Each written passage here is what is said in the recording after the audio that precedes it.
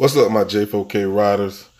I came across this tonight on Facebook, and I just want to get y'all feedback on how you feel about the post.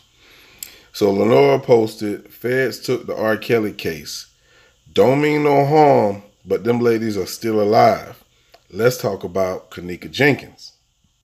Now, to a certain extent, I understand what she is saying, and I somewhat agree with her.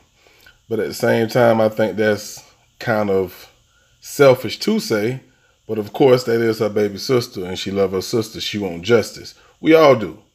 Now I know you guys are pretty much familiar with the R. Kelly case, with the rape allegations and the videos. And then you also have Jussie Smollett from off of Empire, who's got issues. And the crazy thing about it, all three of these cases are in Chicago.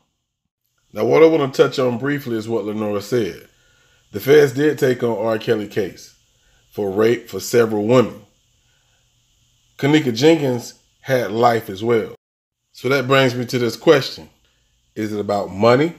Is it about fame?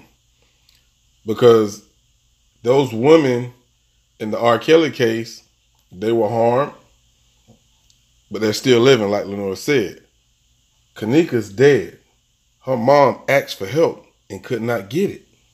Now, my girl 54 Keys said she didn't feel like the police had anything to do with Kenneka's death. And I understand why she said it. And I agreed with her at one point. But after I did a little more research about Chicago and the justice system, I changed my mind. Now, I want to play something for you, and I want to show you something. Now, it is just a theory, but what this guy says make a lot of sense. Pay attention real quick. Let me show you something.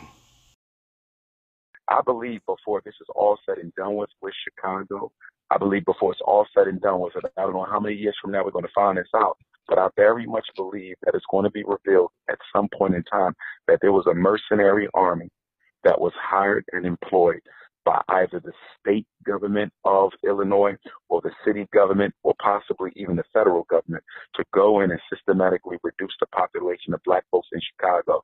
There's no way you're going to convince me that all of these murders are the result of angry black males when you have cameras on every major intersection in Chicago. I spend a lot of time in Chicago. There's no way you're going to get away with a murder in that city and it not be recorded.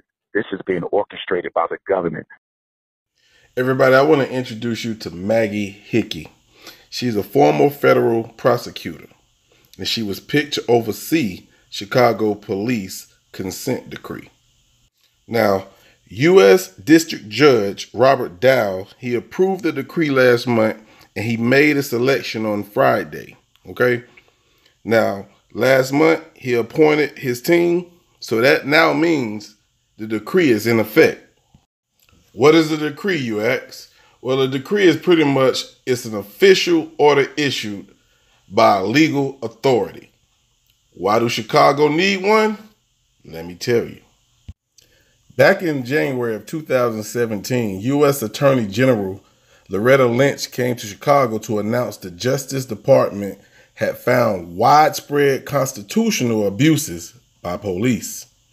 So obviously, this has been going on prior to Kenneka's death, and it's been going on for a long time in Chicago.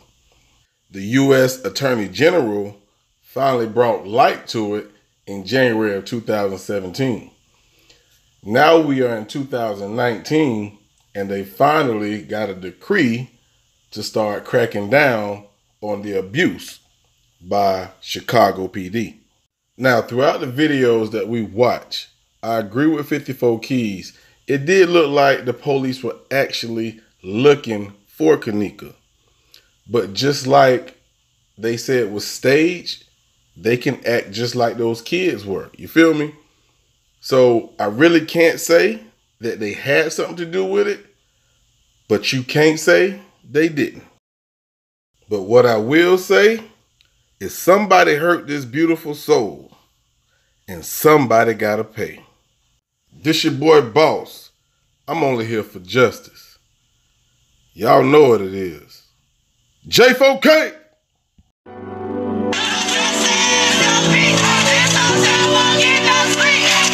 just saying, don't be.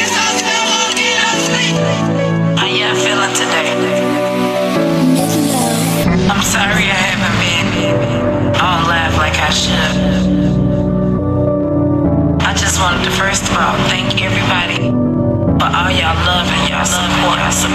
J4K.